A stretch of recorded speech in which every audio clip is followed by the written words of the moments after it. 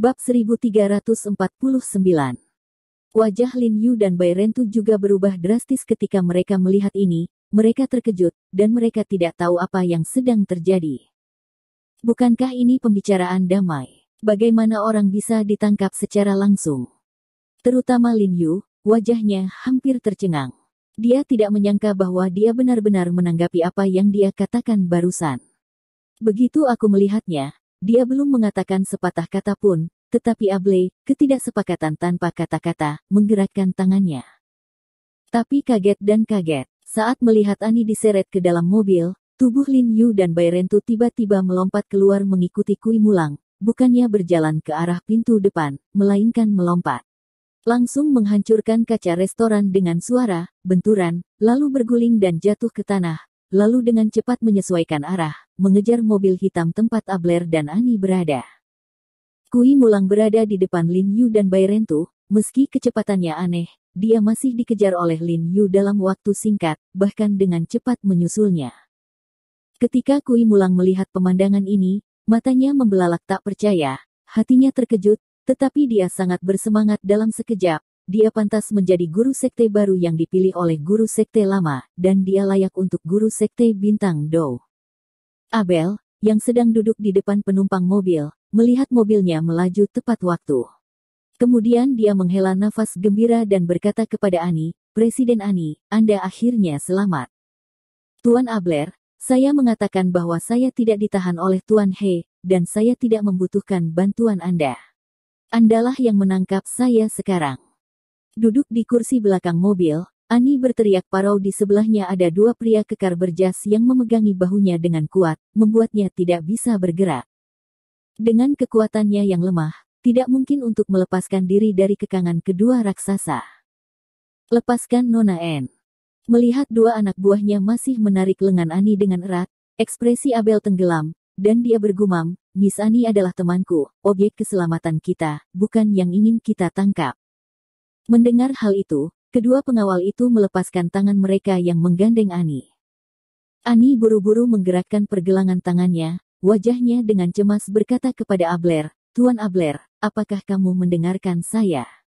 "Saya berkata, Tuan, dia adalah teman saya. Dia tidak pernah melakukan apapun untuk menyakiti saya.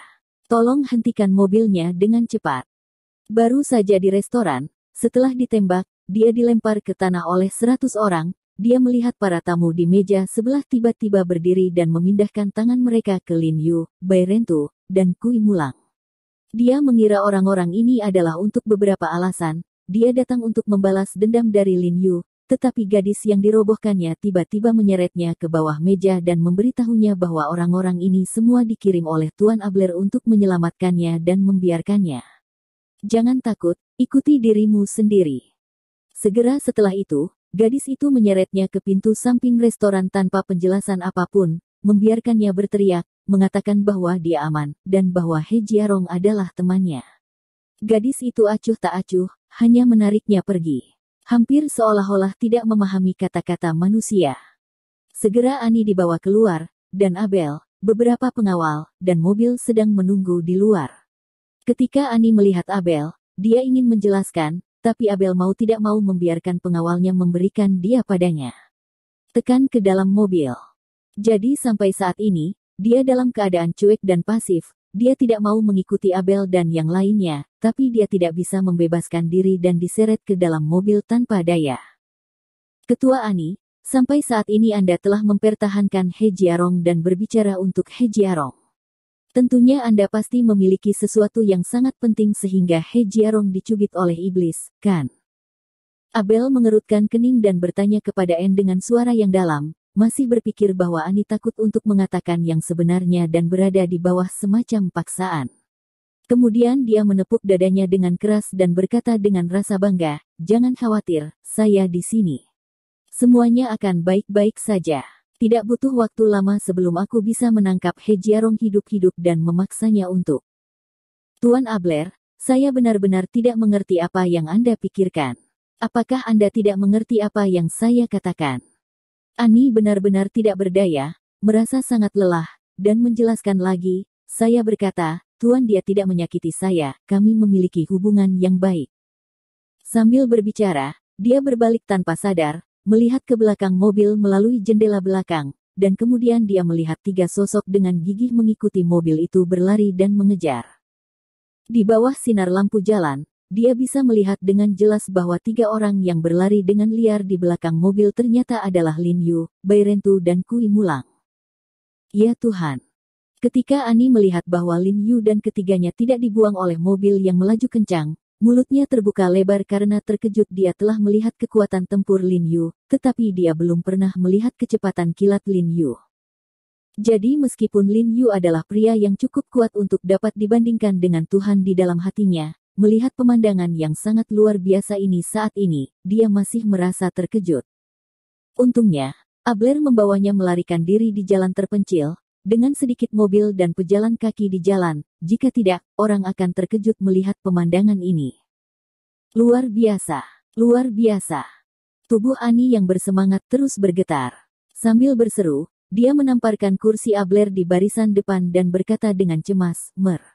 Abler, cepat, berhenti, Mer. He dan mereka telah menyusul. Mengejar, begitu cepat, tidak mungkin."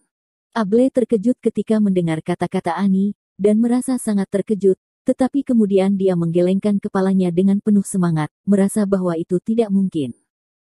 Karena sebelum mereka pergi, dia telah memerintahkan pengawal untuk melarikan diri dari kerumunan, dan semua 3 ban mobil yang tersisa di sekitar restoran meledak. Tujuannya adalah untuk menghancurkan Lin Yu dan transportasinya, dan mereka sudah lewat saat ini.